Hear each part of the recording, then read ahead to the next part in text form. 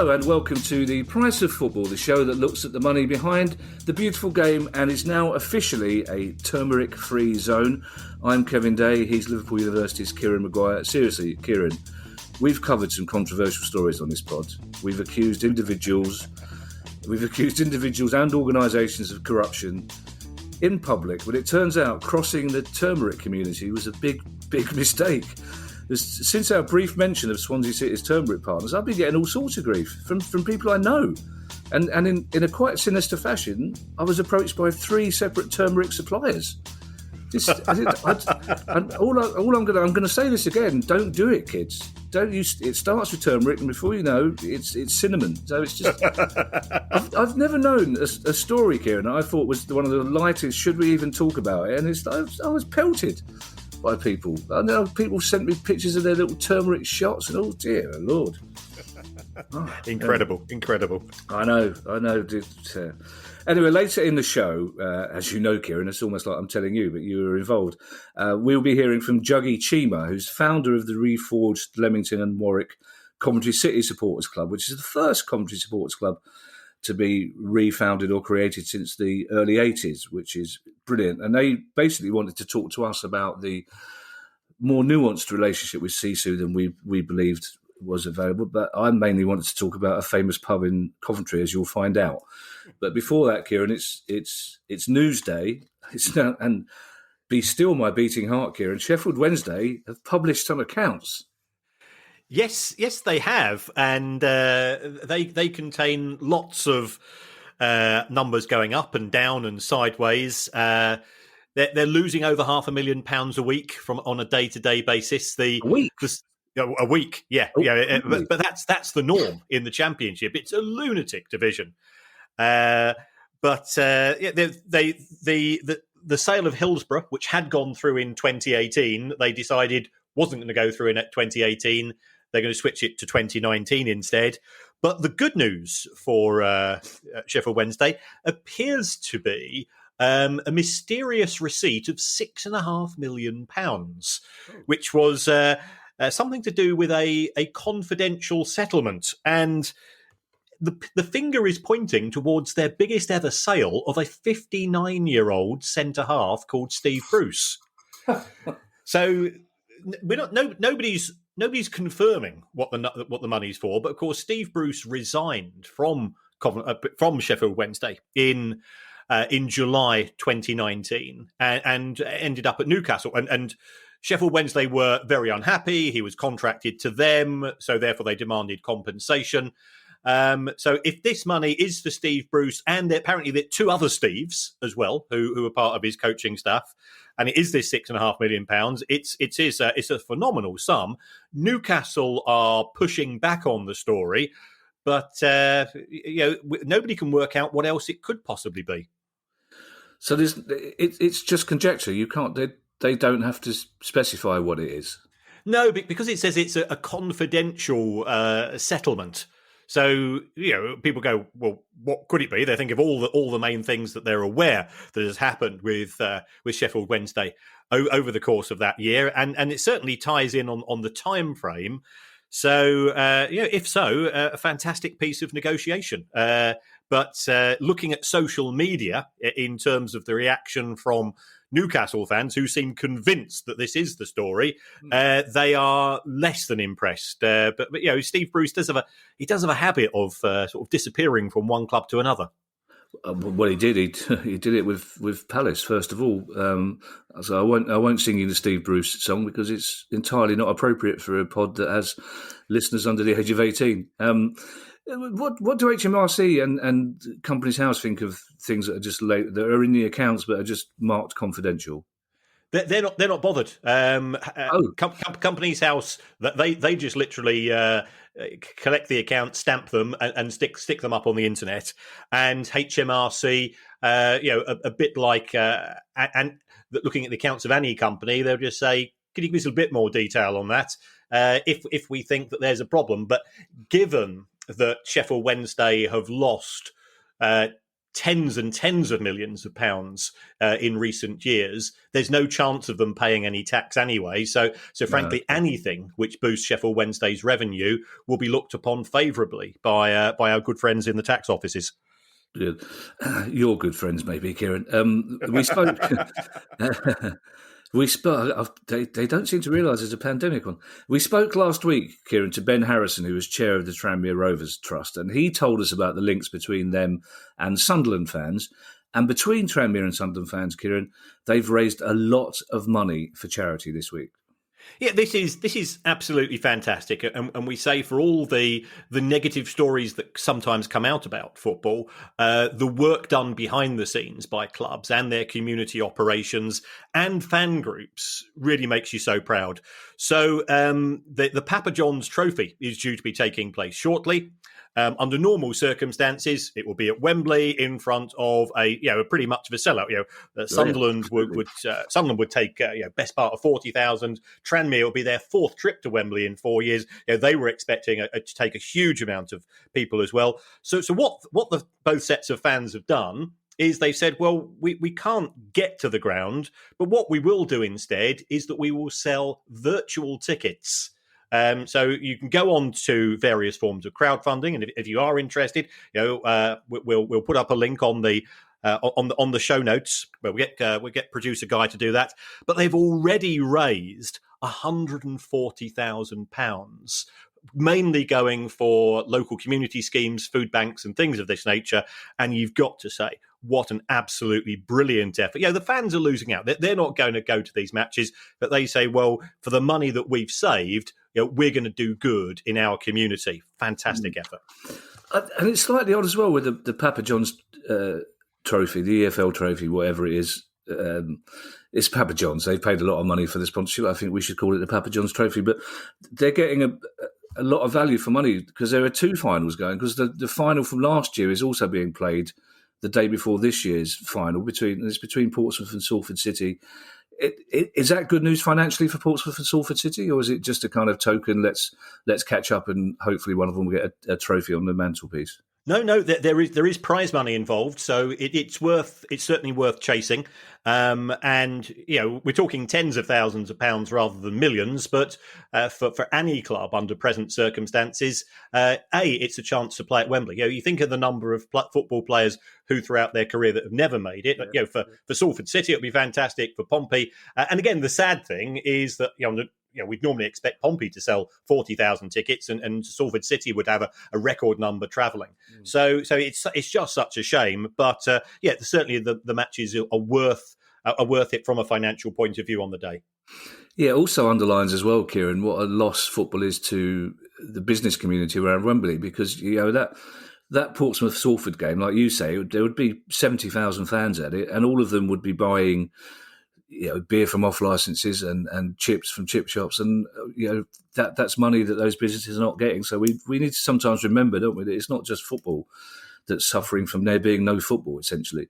And speaking of no football, Bury, of course, rarely far from our lips.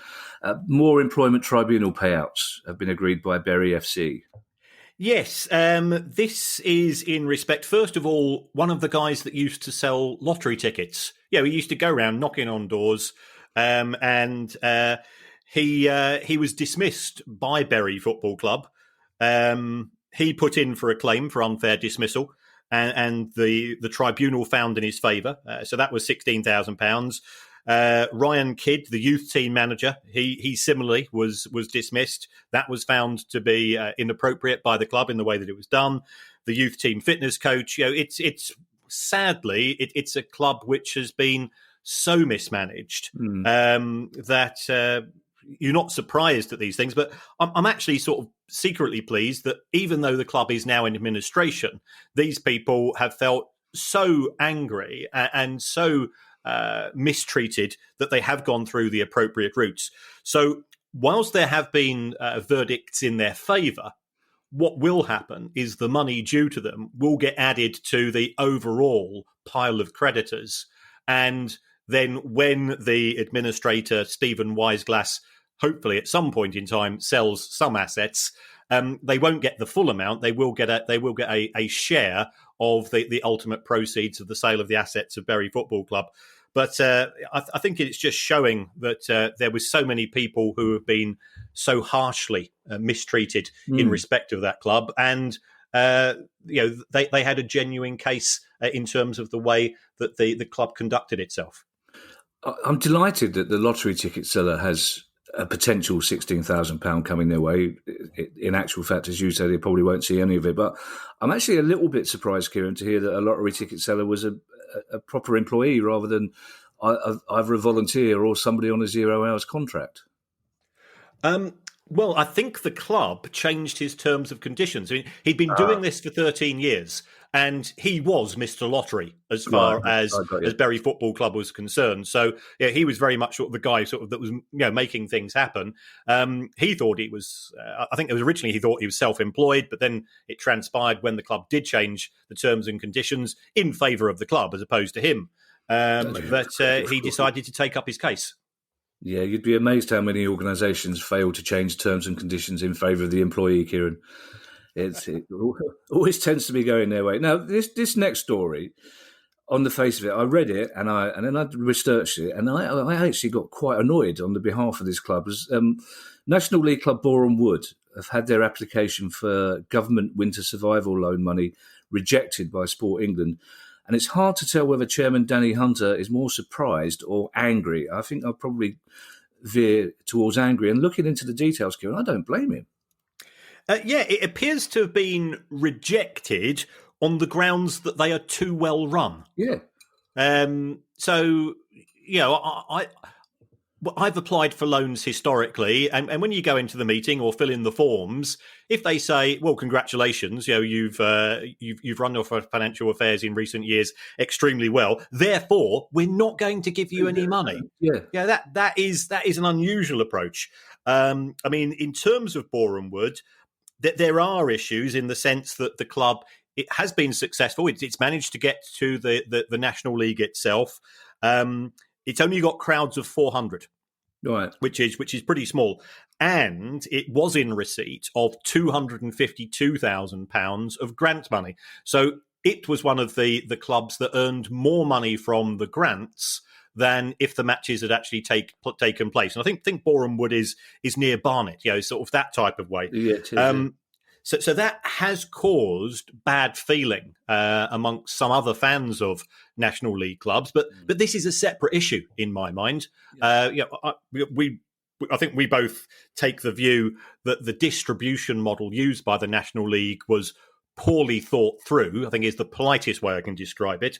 But if the club is entitled to apply for a loan, and then the loans would be long repayment terms, low rates of interest, and it wanted to, and it believed that because it is well run, it therefore would be able to go and meet the repayments. To be turned down just seems like lunacy.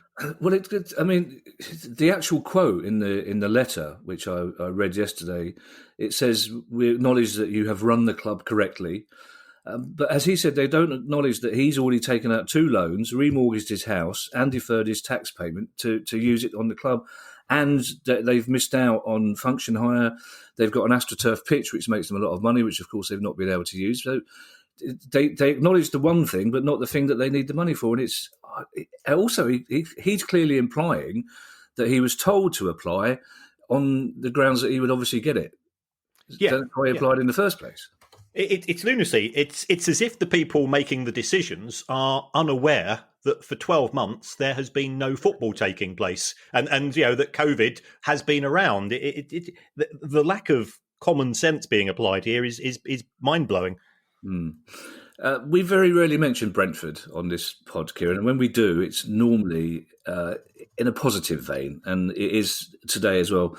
As part of their goal to become the most inclusive club in the country, Brentford have placed a slightly unusual advert. Yes, they are looking for a non-executive director. Now, this is unheard of in football. And the role of a non-executive director, and it's an unpaid role. Yeah, let's be honest. You might get a few expenses. You might get to see the odd game. Is to hold the board of directors to account. It's to say, well, these are the goals that you set yourself, that you were set by the shareholders, that potentially that fans were asking for as well, and we're going to assess you on those. So the role of a non-exec is you're supposed to be a critical friend. So this is what we're doing well. This is the areas we need to improve, because otherwise it can be a bit of a lonely place at the top, and also you can end up with too many friends who aren't prepared to do anything apart from clap you on the back. And it's good that Brentford are taking this role, and they say, we don't care about anything. This could go to a woman. We're not concerned about sexuality. We're not concerned about background. We want somebody to be representative. And given that the EFL itself rejected the opportunity to have independent directors, and that was one of the key findings of the report after Berry went bust. Why did things slip so badly? It's good to see an individual club is taking this approach, and huge applause to Brentford. Yeah, very much so. Yeah, absolutely. So I like the notion of critical friend. We've talked about it before. So maybe Guy would like to recast himself then as our non-executive director, because he seems to think that critical friend is his main role, essentially. Although recently, I have to say, he's been more critic than friend. I don't know why. He thought we spent too much time talking about Turmeric on the last pod. I'm sure he'll be delighted to hear that I deliberately revisited it to annoy him. It's childish, isn't it, Kieran? It seems a bit odd, Kieran, to anybody but Newcastle fans, I think, to be talking about Newcastle and potential relegation. But if it does happen, it could be even more devastating than normal. Yes. We reached the issue here of relegation clauses in contracts. Now, they are very much a double-edged sword. If you drop out of the Premier League, then realistically, for a club like Newcastle, its revenue is going to fall by 60 to 70 million pounds in all probability in the first season, and then drop even further should they not bounce straight back up to the Premier League. So therefore, there is a logic in saying, if our income's coming down, then we ought to do something to plan for that in terms of cutting our costs. And this was a report, I think it was in the Times, saying that Newcastle don't appear to have relegation clauses. They have a wage bill which exceeds 100 million quid a year, and the average wages are at 40 grand a week. And if you're doing that on championship income, that can be really scary. I mean, clearly, some players will be sold if they do go down. There will be some interest from the Premier League, but you could end up with a situation similar to what we saw in terms of Sunderland. With Jack Rodwell, who ended up in League One on 70 grand a week, Nikola Zigic of Birmingham, Jamie O'Hara at Wolves again ended up in League One, and he didn't have a relegation clause. Now, from the player's point of view, you can understand this. You wouldn't want to sign them, but it really does add to the challenges of those clubs that are trying to survive following relegation. Why do they not go for these clauses? The clubs will say, we want to attract the players. And if a player's got the choice of two clubs, both offering the same amount of money, one with a relegation clause and the one isn't, and with no due respect, they are clubs of the likes of Burnley, Brighton, Newcastle, and so on, who are going to be in the bottom half of the table, then you can understand why the players are making those decisions. But it's putting extra pressure on the club. If the Steve Bruce story is true, and we don't know, it is pure conjecture, add this on to the top of that, it does seem that Mike Ashley, who's a guy who, whatever you think of him, he's normally known for being pretty smart when it comes to decision making. These decisions aren't looking too clever. Well, there's two things I've written down. You know, Kieran, I sometimes make notes when I get the questions through. I'll make little notes, and normally they're along the lines of, what does this mean? Look it up before you ask, Kieran. I've made two notes on the bottom of this story, and one is Mike Ashley ? Because as you say, he's known for his cautious approach to business, especially when it comes to Newcastle United and money. And the second note is seriously still, because you only have to look at what happened to QPR as one example of a club that brought in 6 or 7 players and had no relegation clause to see. You could be heading for a decade of pain, couldn't you? And of course, from the players' point of view, I understand that they're competing with Man United and Liverpool, etc. But just from a long-term point of view, unless they're so arrogant as to believe that relegation could never happen, it seems a terrible mistake from a club point of view. It's from a sustainability perspective, it's very high risk unless the owner is sufficiently wealthy to say, well, I'm going to pay for all of those contracts down in the Championship. Right. But given that Mike Ashley is trying to sell Newcastle United at present, if they do drop it down into the Championship, who's going to go and buy the club if everybody's on a no relegation clause contract? Yeah, absolutely. The former FA chief executive, Martin Glenn, has won damages after suing a former assistant director of football at Fulham for libel and harassment. Now, just as an experiment, Kieran, I read the first part of that sentence to Ali and stopped at the word suing to see if she could guess who was being sued. And naturally she went, Kieran? And she was delighted to hear it wasn't you. So what's this about? This is a very strange and a very unpleasant story as well. Martin Glenn, as you say, was senior official at the Football Association, and somebody who he claims never to have met, and there's no evidence of these two people ever having met, started to make accusations towards him in terms of corruption. And then it starts to get quite insidious about child sexual abuse issues, not being appropriate in terms of safeguarding, what's happened at the FA. And that gets unpleasant, because if you're subsequently applying for other jobs and people say, I've read this on Facebook, or I've seen this in Twitter about you, what, WTF, what, and it was genuinely distressing for Martin Glenn. So he originally tried to say, please stop it. The person involved, who was a gentleman called Craig Klein, who was employed by Fulham, kept making the accusations.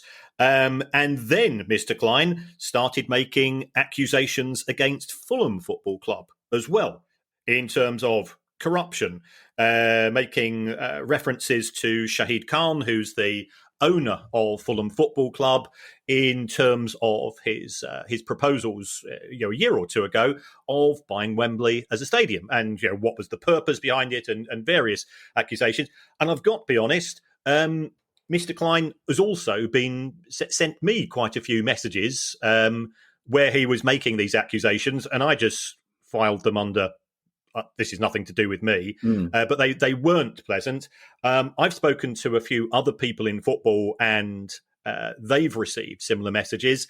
And Fulham also have had successful litigation. They defended themselves. Our very good friend Nick DeMarco was acting on their behalf. Yeah. So Fulham have been awarded damages as well. It appears that the person that's made the claims is not living in the UK, and at a time when the role of social media is very much in the spotlight. It does go to show that these things can really damage individuals who are on the receiving end of these things, both from a personal and family perspective, but also professionally as well. Well, also, it's like you mentioned in passing that he sent you unpleasant things. It's like you're old enough and thick-skinned enough to not be worried or upset about them, I'm guessing, but there'll be many people who aren't, who would be very distressed by these obviously baseless accusations. So that's not a pleasant story at all, but it's one we'll keep an eye on. Arsenal, Kieran, published their latest accounts this week. Clever Arsenal, because I see what they're doing there. They've clearly waited for Sheffield Wednesday to get theirs out and thought, right, Kieran will be distracted by Sheffield Wednesday's accounts. Let's get ours out. He won't notice. But of course, you noticed, Kieran. Yeah, it's somehow dropped into my inbox, as these things have a habit of doing. We talk about the greedy six, and we've tried, and we don't we say that we say that they're greedy because I'm not sure that calling them the big six is appropriate. I think the greedy six are in danger of becoming the greedy five because yes, it was a pandemic year. But we've seen in each of the last 4 years, when you think about football clubs, you think about more and more money coming into clubs. Well, in each since 2017, every year since then, Arsenal's revenue has gone down and down and down, and Arsenal fans aren't particularly happy on the back of that. The wages. Let's not be too sympathetic. They're still averaging over £100,000 a week, but that by Premier League standards isn't necessarily competitive. You're on substantially less than the likes of Manchester United, Chelsea, Liverpool, and so on, and Manchester City. And that includes Mesut Ozil's contract, so that will have kept that average up. So Arsenal's accounts, they're not great. They're not terrible either. They have borrowed money since the year end from the Bank of England, as we're aware. They still had plenty of money in the bank. They certainly spent a lot of money on players, 182 million quid on signings in 2020. And I was saying, well, I can't think of a single one who made a difference. You're 182 million quid. It's a ridiculous amount of money. So is the money being spent? Yes. Has it made a significant difference to the club? Well, if you look at where they are in the table today, no. And I think they are in danger of not qualifying for Europe next season, which is why clubs of this nature think they have an automatic right and should be given effectively a free ticket to the European table. You remember earlier, Kieran, I said that I make little notes to myself after the questions, and sometimes they're along the lines of WTF. And I've got a little symbol for myself which just says, don't try and say anything funny, get straight into the question, because I don't fully properly understand what's happening. And this is one of them. Guy tells me that Manchester United have ditched the American firm that put their results out early last year. Yes. Manchester United is quoted on the New York Stock Exchange, and that has certain benefits, but it also has certain regulatory requirements, one of which is that you have to publish your accounts not on an annual basis, but on a quarterly basis. So Manchester United have to put out sets of accounts every 13 weeks. So at the end of quarter one, which was 30th of September 2020, a few weeks later, they were due to publish their results. And they'd put out a press release to say they're coming out on, I think it was the 11th of November or something of that nature. And then all of a sudden, 24 hours before they were due to be published, they accidentally appeared on the club website. And nerds and dweebs happened to be, of course, getting notifications, and they therefore picked up the accounts. Now, this, is embarrassing. It makes Manchester United look unprofessional, even though the responsibility for putting this information out was not theirs. It was. It looks as if they had, some form of public relations agency that was monitoring or in control of certain parts of their website. So United were peeved. It looks like some form of investigation has been undertaken, and on the back of that, the people that put out the information have been told to take a hike. But whilst we might think, well, that's not a big story, in terms of stock market issues, it is, because you have to do things when you're supposed to, as far as the stock market is concerned. So when Manchester United said that their second quarter results were out, which were due to come out, I think it was last Thursday or Friday, and they very kindly phoned us to let us know that they were coming out. Everything worked like clockwork. So this is the case. If you don't do your job properly, you're going to be punished. I've just come up with a new symbol which I'm going to use in future, which is probably big news for accountants. One more news story, Kieran, before we talk to Juggy Chima of the Coventry City fan, which I'm laughing because it was a very funny interview. The new 36-team Champions League could be agreed this month. Yes, there does appear to be broad agreement. And I'm sure you've woken up on occasion, Kevin, and thought, the world's not been a great place recently. Clearly, we've had COVID. We're aware of huge inequalities in terms of income. There's war taking place in various places, abuses of human rights in connection with the sport we love and other places. How can things get better? An expanded Champions League is something which we're all looking forward to. It's the only thing that gets me out of bed in the morning, Kieran. To be fair. Exactly. That and turmeric is the only thing that gets me out of bed in the morning. So it looks as if UEFA and the ECA, the European Club Association, are close to reaching some form of agreement. So what's going to happen? Instead of 6 group games, there's going to be 10. And we've had people like Agnelli of Juventus saying, well, this is fantastic news. This is what fans want. How on earth you managed to reach that conclusion is beyond me. But we're going to struggle to fit in all the fixtures with having senior divisions in individual countries that have got 20 clubs, i.e., more of we want an 18-club Premier League, which I think the Premier League clubs themselves will push back against. And then, what's going to happen to the 4 extra clubs in the Champions League? Now, we feel that should be on merit. I think, because that's how we grew up in terms of football. If you were better than the other football club and scored more goals, you progressed to the next round of the cup or you got promoted. Well, according to Mr. Agnelli, that's not what he wants, because he doesn't want clubs with a lack of the gravitas. But if you take a look at Juventus, his club, who knocked them out of the Champions League last night? It's Porto. Yeah. And who did it a couple of years ago? It was Ajax. And then they've been knocked out the last 3 occasions from teams which he considered to be from Farmers' Leagues. But these Farmers' League teams, they've got one thing in common. They know how to win football matches. So what they're going to try to do is to have those clubs that don't do particularly well domestically to pick up some of these additional places, which could be good news for Premier League clubs that finish 5th or 6th. And it's going to be based on how you have done in European competitions in the last 5 or 6 years. So you could end up with a crazy situation of, let's say that West Ham or Leicester finish 5th.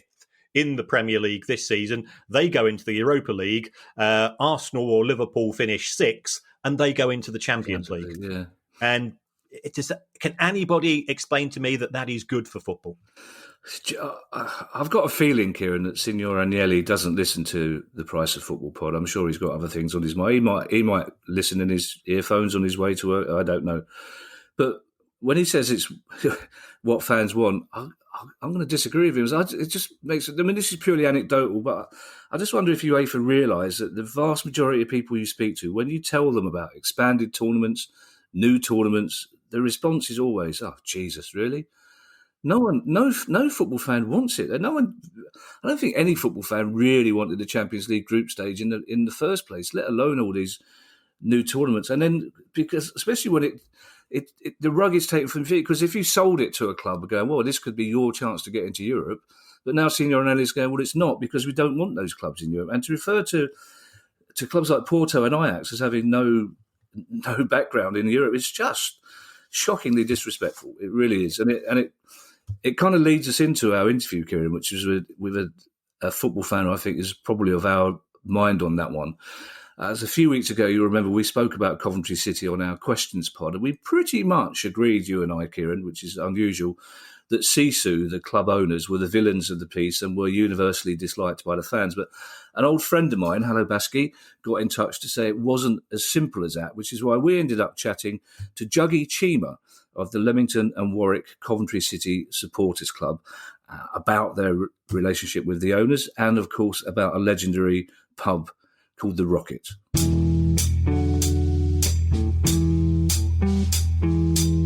Juggy, thank you very much for joining us today on Price of Football. Before we talk about the future, tell us a little bit about the past. What's it been like to be a Coventry City fan in recent times? Well, it's been, have boots will travel, I think, is the motto that we've had. We're probably the only club that seems to just pitch up and turn up at different clubs' grounds, to be honest with you.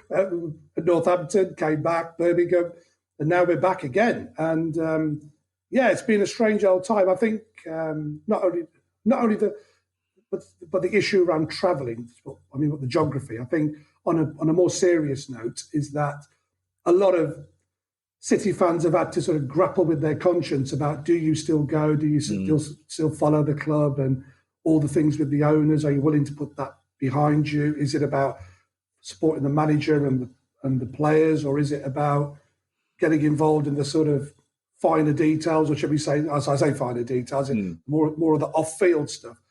So, it's been a difficult time emotionally for a lot of City fans. And then especially we've had, compared to our history, we've had quite a bit of success. And do you celebrate that? And some people have really put themselves firmly in the camp of the owners must go, and then it's very hard to celebrate that for those people. But difficult, I think, is the word I'd use. Well, we'll come on to the owners, but Kieran, obviously, as a Brighton fan, you know a little bit about the life of an itinerant football supporter, didn't you? Yes, we had 2 years at Gillingham, which was pretty grim. 140-mile round trip for a home game, and it just saps the energy out of everything. So, Juggy's got, and all the Cov fans have got huge sympathies, I think, from fans of all the other 91 clubs. Nobody wants to see you as a tenant. Yeah. Well, do you know what I miss, Juggy? I miss Highfield Road, but more important, I miss the Rocket. That was for people. Somebody will be listening to this in Mauritius now or Australia, and they won't know the joys of the Rocket in Coventry on a match day. And sadly, it's gone, isn't it? Yeah, if you're from the era of the likes of Frank Stapleton and Super Sub, but the boy at Liverpool with the ginger hair, then you will know the Rocket pub. You get off the train station and the police would sort of direct you towards the Rocket pub, and then you run the gauntlet to get to Highfield Road. I mean, we used to drink in a place called Far Gosford Street, and that was another place that you had to walk. But these, it was great because, when I say it was great, I think we looked through it a little bit rose-tinted specs, but that's my era. My era is late 70s, 80s, but the 90s, and then obviously get married and have kids, and you have to sort of be a little bit more sensible. But the thing is that there were town centre grounds, so there were town centre pubs, and then it was absolutely fantastic. I'm actually thinking about the Rocket. We once walked in there and said, "This is most definitely the worst pint of bitter I've ever had in my life." But you still used to go back to the Rocket. Okay. Yeah. Do you know what, Juggy? We interview quite a few people with high profiles on this pod. We interview ex-players, we interview club chairmen, but I'd much rather be talking to a fan about terrible beer in the 80s and 90s than I would about the club politics. But it looks, Juggy, at least like you could be moving back to the city, because as we speak on Wednesday afternoon, the EFL are discussing a possible deal to return to the Rico. Are you hopeful? Well, it's actually, but the news has broken here that we're back at the Rico. Oh, fantastic. Oh, great. Live on air. Brilliant. Yeah. Excellent. Yeah, so it was announced this morning, 10-year deal. I don't know what that, but I haven't picked the bones out of that one yet. Yeah. But there's photographs of our chief executive, Dave Boddy. Nice guy, genuinely nice bloke. Really, people are going to find this amazing. Someone's going, chief executive, nice bloke. But the only bloke I know who gets on a supporters club coach on the way back from an away game, and they actually sing his name. So that's another story that you probably have to pick up with Dave. But 10 years back in the Rico from next season, absolutely fantastic. Well, The CEO of Palace listens to this, so I have to point out now that he's a nice bloke as well, just so he doesn't get upset. Is the Rico, Juggy, now seen as the spiritual home of Coventry, or would you rather have a ground owned by the club in the city, or if you have to move to the grounds of Warwick University, for example, would you be happy with that? But is the Rico your home now, do you think? Kevin, the thing is, mate, but you know what it is, and this happened to me like a few years ago. I went on this journey of sort of looking at questions. For years and years, I'd sort of looked at the owners and we're dropping through the leagues, and I was getting involved in arguments with people or being quite kind of militant in terms of what was happening off the pitch and getting really into a tiz about it. And then we were sat in a true story, sat in the pub in Coventry before the Charlton game, and we were going down. We were in the fourth division. Never did I think that I would be in the fourth division. Actually, I say back in the fourth division because my dad is a Wolves fan. He used to take me to watch Wolves in the 80s, and they went on exactly the same journey. I was thinking, people say that you end up like your dad. Well, that's exactly what happened. And what it is it our spiritual home? Well, people still pine for Highfield Road, but unless you're going to play and sort of, break people's windows because there's like flats there now. I mean, that isn't going to happen. So, bottom line is, if we ended up at, we still sing the song, take me home, to Highfield Road, blah blah blah, and all that. So it's as near as it's going to get to a spiritual home. It's between you and me, it's like a lot of the new grounds. Some people call it a soulless bowl. When it's full, it's only been full once, but when it's full, it's bouncing. It's very much like Derby's ground, Middlesbrough's ground, but they are what they are. They are functional, modern stadia. So spiritual home, as much as it can be, lads. Yeah, it is. What else can we do? What else? What else can we go to?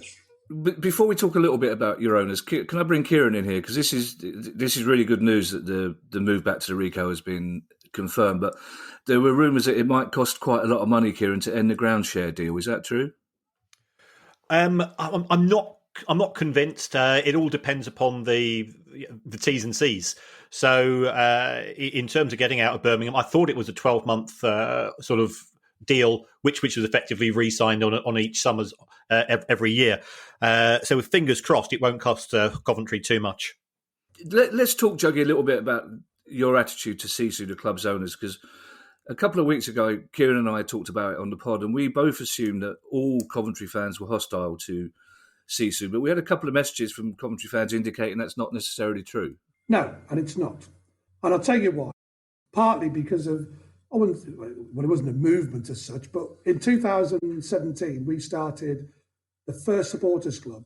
So it's quite a big area, not far from Coventry. And we had the mantra, because we got sick and tired of people sort of going on, us included, to be honest, about the owners. And we said, look, why did we come into following the team and fall in sort of love with the club? It's because of the players and what the manager. So we had this mantra, back the lads and back what the gaffer. And we found actually there was quite a sizable, silent majority, I would say, that actually went along with that. But the vocal minority, although their points are 100% valid, there's a lot of people out there that said, I just want to go to the games and I just want to enjoy the away day. I just want to support the lads, because 10 minutes into a game, it'd start, we want Sisu out, we want Sisu out.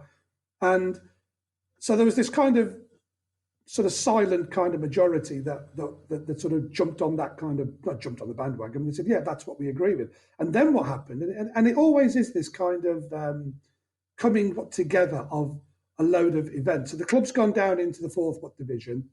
You can moan as much as you want at the owners now, but we're playing, no disrespect to Barnet, no disrespect to Carlisle, I suppose by saying this I probably have, but no disrespect to those guys, because we were there on our merit, so to speak. And then the club signed a guy by the name of Michael Paul Doyle again, yeah. And Doyle had played for Coventry, and he came back from Portsmouth, and he lives locally, and his wife and his girls are big Coventry fans.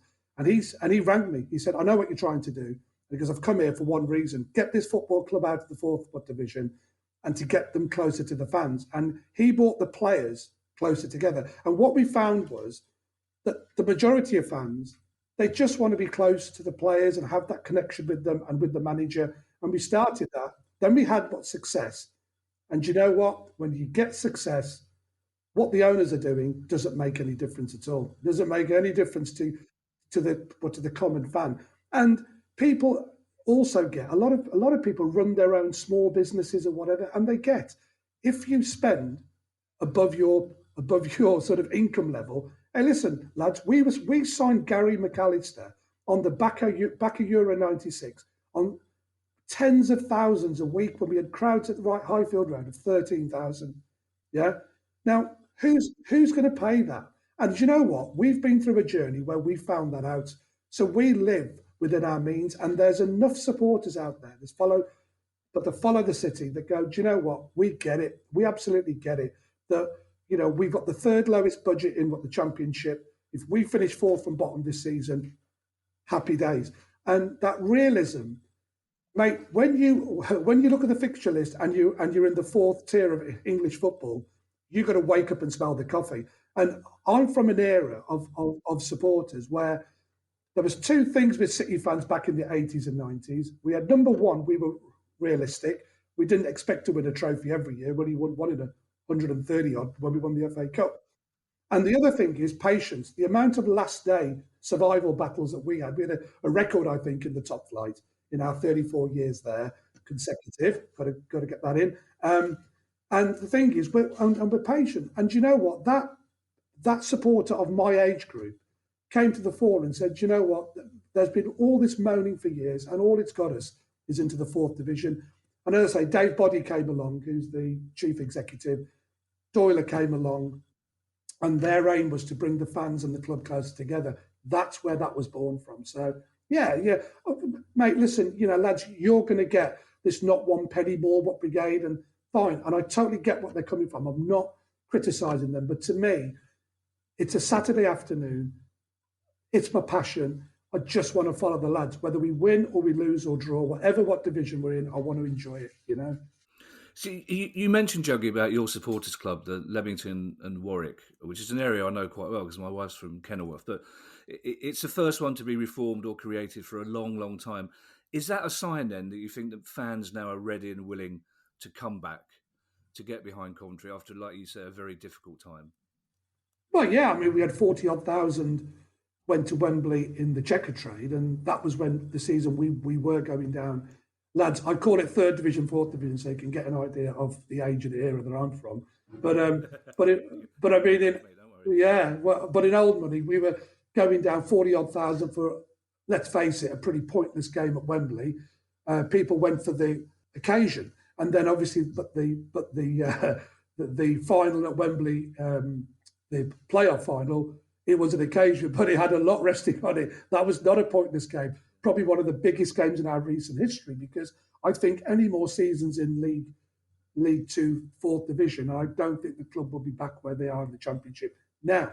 So the thing is, one thing you find as well is, but the more modern football fan, they want to enjoy the day and they want to support their club. And you know what? They've had enough of, you know, day in, day out, you know, hassles in their own life for them to suddenly get involved in business sort of running a football club. So there is and you know what we did is the supporters club reformed it. It ended in 1982, so it had been 35 years, and people just wanted to come to the meetings. They wanted to see the players. That was another thing we found.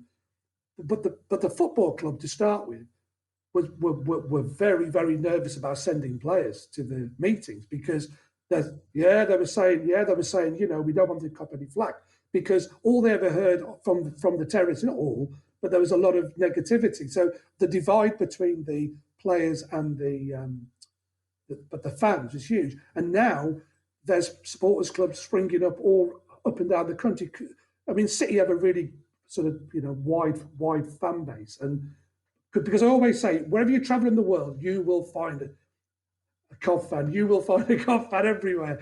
And the thing is, yeah, but you do. It's a really, really strange club in that respect. But that's what happened, is that you know, there was a lot of fans, and they loved the evenings. We did one every 6 weeks, and the club sent down 2 players. And then we've also started bringing in former players, they are unbelievable. Fantastic stories. We've had Gary Thompson down, John Williams, the flying postman, Peter, goal of the century, Bodak, who's a really, really good mate of ours. And they all come down and tell, Brian Roberts, we've had them all down, ex-City players, come down and sort of, tell their stories. And the fans love it. And it's, that's what people want. They just want to be closer to the club. They want to be closer to the players and the manager, and they just want to know what's going on. And that buys the team a bit of time as well, But that buys them time on the pitch. You mentioned your manager, Juggy, and to an outsider, it looks like Mark Robins has done a brilliant job for the club on and off the pitch. Is that fair? Mate, first class, absolutely first class. I mean, the guy, but I'd put him down as one of probably the best three managers. I wouldn't say he's the greatest manager we've had, but he's definitely up there in the top three. I'm not going to give you the Brian Clough quote, not the best, but in the top one. I'm not going to give you that. But I will definitely say he's one of the best managers that we've had. And he did inherit a really, really difficult situation. What he's done, whether you call that luck or whether you call that something that he's what developed is, he's had a really good set of people around him. I've spoken about Dave Boddy. I've spoken about the players on the pitch and strong characters, but also there's a guy who's got his right-hand man who's our first team coach, Adi Vivash or Vivash. I'll be depending on if you were like a Reading fan or a Chelsea fan, how you pronounce his surname. He is the brains off the pitch. So what Mark Robins does, he's a manager of a football club and he manages the club very well. He leaves the coaching generally to AD. He leaves the running of the club to Dave Boddy, but he oversees everything and, and the signings and everything as well have been absolutely top draw. We've had one or two that haven't hit it, but generally he's made some unbelievable signings. Got a guy down here, came from Pexvolle, from Holland, Gus Hamer. I suppose what I was going to say, don't say it too loud, but it's on a podcast. But I'm saying he's way, way above the level that we're playing at. A guy called Callum O'Hare got him from the Villa. Again, I'd be surprised if he's playing for us for too much longer. But I'm giving you all our secrets here, lads. Listen, we're going to go down next year because of this podcast, I tell you. But no, absolutely superb. Robins, you cannot fault the guy. It's been brilliant to talk to you, Juggy, and I don't think any football fan would begrudge the fact that it looks like things are starting to move in the right direction for Coventry. But we're all dreamers, Juggy. We all look ahead with our clubs. When you think about where Coventry will be in 10 years' time, do you think you'll still be owned by Sisu? Do you think you'll be in the brand new stadium in Warwick University, which looks brilliant, or do you worry that all this will still be going on? You've asked me do you know what? With this football club, like with my football club, I don't look more than the next season, if I'm being honest with you. If somebody had said to me 10 years ago, if somebody said to me in 2011, this is where we would be, and the journey we would have been on. I mean, I'll never forget the first game in the Championship. We travelled to Stockport away, and we were singing to them. We took over two sides of the ground. Little bit big time, Charlie coming down to the Premier League, and we said we'll never play you again. We were right because they went down, and the thing is, we thought it was we thought it was a one season. All the T-shirts were out. Yeah. We're on a Championship tour. We did the same at League One. Ended up at Yeovil on the first day. All the flares and balloons, and after 15 minutes, we were 1-0 down. But the realities hit home. So. At the end of the day, lads, I don't have a problem with anybody being the owners. I just say show a bit of respect for the fans. I get it's a business. I get they're not going to spend money that they don't have. I get that they probably want to pull a few quid out. Don't have a problem with that. But show a bit of respect for the fans. If we're at the Rico in 10 years' time, great. Do I think a stadium at Warwick Uni? I know the site well. It'll be interesting to get a ground there and get fans in and out. I mean, really, the ideal scenario is that we have a lovely relationship with Wasps and we ground share. There's nothing to say we can't do that till the day dot. And it'd be good if we could get 50% share. Well, I say we, it doesn't make a difference to me, but I hope Sisu get what they want because then they will fund the club. And that's all I'm bothered about as a fan. I want to see us signing players. I want to see us winning games of football. I want to see us go on cup runs.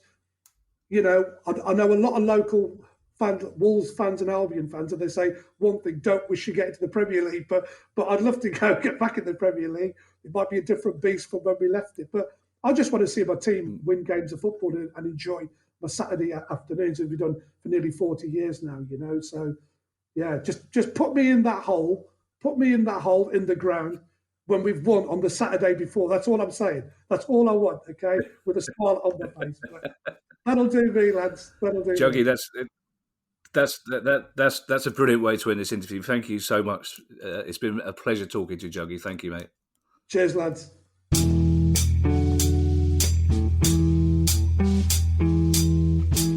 Kieran, it's really interesting. We spoke about you knowing about the travails of a travelling fan they haven't got their own ground, etc. But I thought it was really interesting that when Juggy ended by saying that 90% of Coventry fans now have accepted that Sisu are the owners, and they just want to get on with that now. This is the relationship. We all want to get on with it. He said, as you said, it doesn't mind Sisu making money, but as long as they've got some respect for the club and its traditions. And I kind of, it's interesting to hear that, because you and I have for years just assumed that every single Coventry City fan hates Sisu, and clearly there are Coventry City fans who won't go while Sisu are running the club. But he said he looks forward to going to watch football in Coventry, and he's not that fussed about who the owner is. So I suppose it proves that for most fans, it's the 11 players on the pitch that's important rather than the people in the executive box. Yes, and I think compared to what we hear from Newcastle fans with regards to Mike Ashley and Manchester United fans with regards to the Glazers, there's a certain element here of what's happened at Blackburn Rovers with the Venkies. Initially, there was an awful lot of hostility, but Coventry have been losing money on a regular basis since Sisu took over. And the fans have looked at the numbers and said, well, yeah, we don't particularly like some of the stuff you're doing. At the same time, you are putting your hands in your pockets, and you have provided some financial support. Again, you can't make that accusation at the Glazers because they take money out of the club. And Mike Ashley, I think he's simply beyond redemption in the eyes of Newcastle fans. But also, are we going through the five stages of grief here? And we've reached acceptance as far as Cov fans are concerned. Yeah, do you know what? That 5 stages of grief is a very good point, and the Venkies is a very good analogy. I wish I'd thought of both of them before the interview. It's no good you throwing these really interesting points in now, Kieran, after Juggy's gone, because Guy simply hasn't got the time for us to say, "Can you get Juggy back?" Well, I ask him these 2 questions at the end, which I should have thought of. But I'm not entirely sure I would have got a word in edgeways with Juggy, because he was a chatty little Coventry fan, wasn't he? Which is absolutely right, and I love, I love football fans. You just wind them up and you point them in the right direction. I will talk to any football fan of any club all night, and it's really nice to listen to someone that passionate about his club. And also, I don't think any football fan would begrudge Coventry getting back to their city and in a ground in their city and just not having to trudge up and down motorways like. Anyway, before this gets too deep and meaningful, Kieran, which is something we both, as middle-aged men, we both try and steer clear of. If you have a question for our Questions Pod, which is Mondays, regarding any aspect of football finance, email us on questions@priceoffootball.com, and I shall leave you in the capable hands of Mr. Kieran Maguire to say goodbye. Well, once again, folks, thank you for your support. If you enjoy the show, please join us. Please like us and follow us by pressing the buttons, which I believe, because I saw something come up from producer Guy today, that Apple are no longer saying please subscribe. Just please follow the show. And apart from that, stay safe and look after yourselves. The price of football.